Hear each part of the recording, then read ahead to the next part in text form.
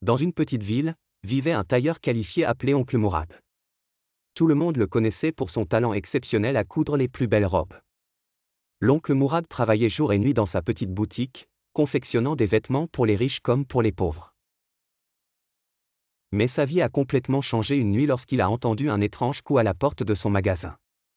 L'oncle Mourad ouvre lentement la porte et trouve une étrange femme portant une abaya noire, d'où seuls ses yeux sont visibles. Elle lui parla d'une voix calme et mystérieuse: « J'ai besoin d'une robe de mariée spéciale, qui ne ressemble à aucune autre robe que j'ai confectionnée auparavant. » Quelque chose ne semblait pas naturel en sa présence, mais il n'hésita pas à accepter le défi.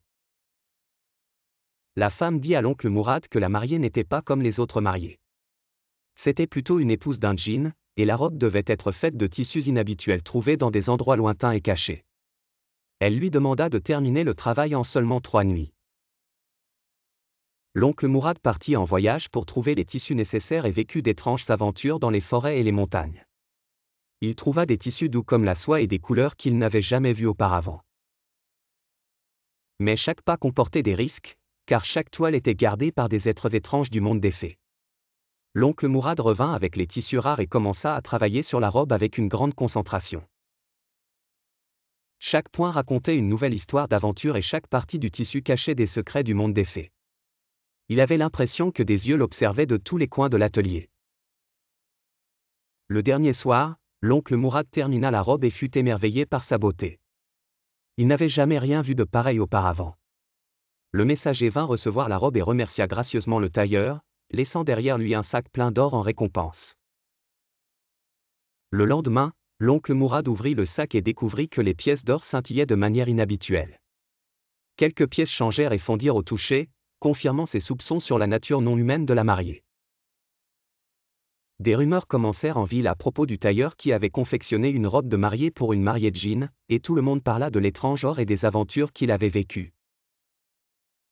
Certains le voyaient comme un héros, d'autres pensaient qu'il avait affronté un monde inconnu et dangereux.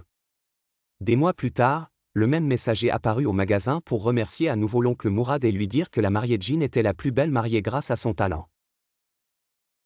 Il lui donna une invitation spéciale pour assister à un mariage dans leur monde s'il le souhaitait.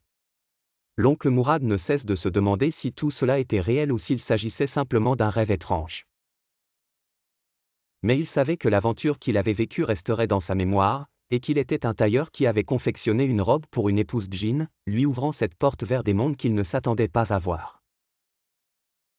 L'histoire se termine en laissant la porte ouverte à d'autres aventures.